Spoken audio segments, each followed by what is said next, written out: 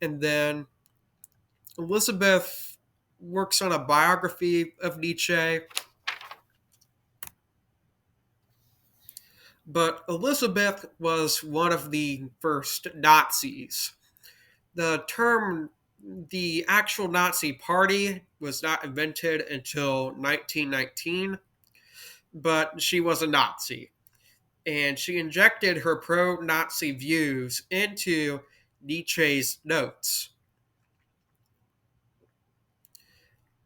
It was not until 1950, after her death in 1935, that a person named Walter A. Kaufman published a critical study of Nietzsche, which helped clear up this misinformation.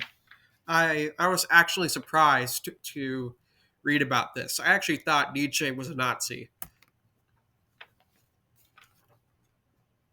So Nietzsche did not like Christianity or communism because he didn't think that a utopia was possible on heaven or on earth. He took the peasant and nobleman thing that was used by Hegel and Marx and put yet another spin on it where Hegel started it and then Marx expanded upon it and then Nietzsche just sort of like takes it and throws most of it out the window and says that the peasants basically came up with the idea of evil, applied it to the noblemen.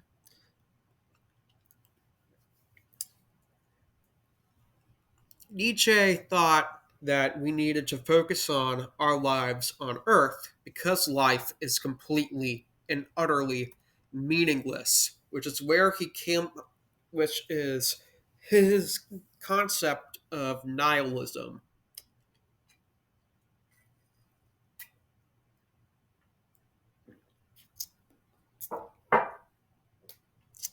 Nihilism is basically the idea that life has no meaning at all. There is a sort of subset of nihilism called optimistic nihilism, which basically means since the universe has no meaning, like the meaning of life is what we make of it. And I also have the comparison box between Christianity and nihilism. And you will see that for both for both time is infinite, but in Christianity, time more or less ends with the return of Christ, and it goes on into eternity, but we don't really need to worry about time. Maybe it's complicated. Basically, we have eternal life in Christ. And when you have eternal life, that's forever. So you don't really need to worry about time, but time is still moving in the background. At least I think. For the nihilist, we have the idea that okay, life doesn't mean anything. The universe is just going to go on, and there are several different ways scientists think that the universe could end, like scientifically speaking. The most likely outcome, at least right now, is that the universe will continue to expand, and it will expand so much that eventually the universe will get really cold, and it will be extremely cold. And this is when the universe gets down to near the temperature of absolute zero. This is called the heat death of the universe. And by that point, there won't be anything in the universe left because protons will have either decayed or everything will have turned into black holes and have evaporated. Those concepts are high level, or not high level, I'd say medium level. they're not the point here. Basically, um, for the nihilist, when the universe ends, it's a void of emptiness. But, and this is why I was rambling on about this, there is a thing called quantum tunneling. It's essentially a way that it's sort of like a built-in thing into the universe has a sort of mechanism built into it that allows for some things, usually very small things, to appear from nothing out of like the vacuum. So God made the vacuum, and sometimes the vacuum spits things out. And it's possible that after a very, very infinite amount of time, after the heat death of the universe, another Big Bang could happen because of quantum tunneling. Nietzsche was a skeptic. He thought that, epistemologically speaking, we cannot have justified true belief because everyone looks at the world through a different set of eyes. Now, although that's true, the world is one singular thing. It doesn't, it's easily debunked. It doesn't make sense. It's This is just what he thought. So, yeah, Nietzsche was a skeptic.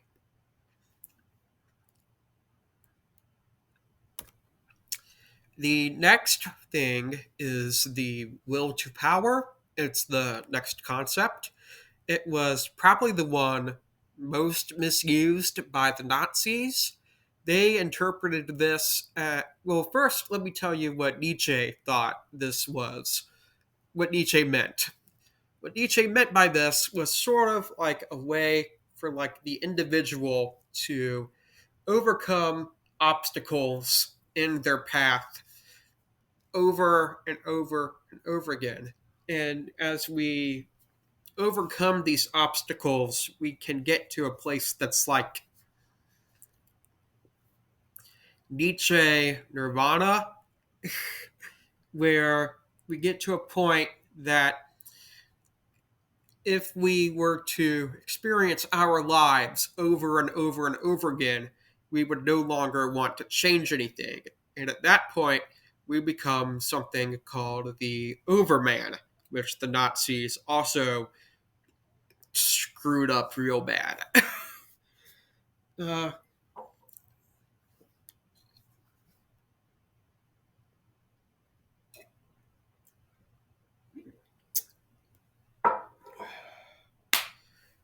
Sorry.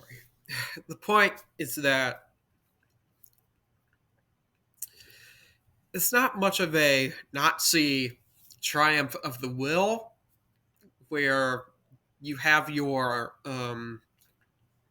chosen race that takes over the world, where it's actually about the individual overcoming obstacles in their life. And eventually they overcome so much that they just like it's impossible for them not to overcome. And Nietzsche explains this by saying, what is happiness? The feeling that power is growing, that resistance is overcome, not contentedness but more power, not peace but war, not virtue but fitness.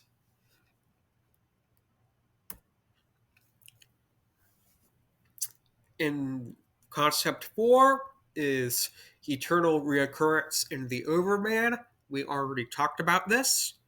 Is that basically it's a thought experiment where you have your life on repeat. And when you have your life on repeat, do you want to go back and change things? Eventually, like fix your mistakes. Eventually, you will come to the point after triumphing over so many obstacles, you get to a point where you're like just sort of like meh about it. And that means you've become the overman. Now you completely understand nihilism and the will to power, not as what the Nazis thought it was, but as what Nietzsche thought it was, the individual overcoming pretty much everything.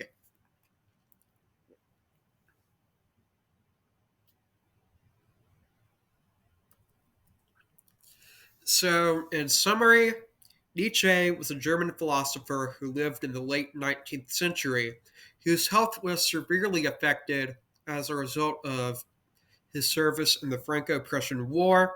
He was a skeptic. He did not like communism or Christianity. He coined the term nihilism to describe his worldview, where life has no meaning. He post he posited a will to power involving individual triumph over obstacles.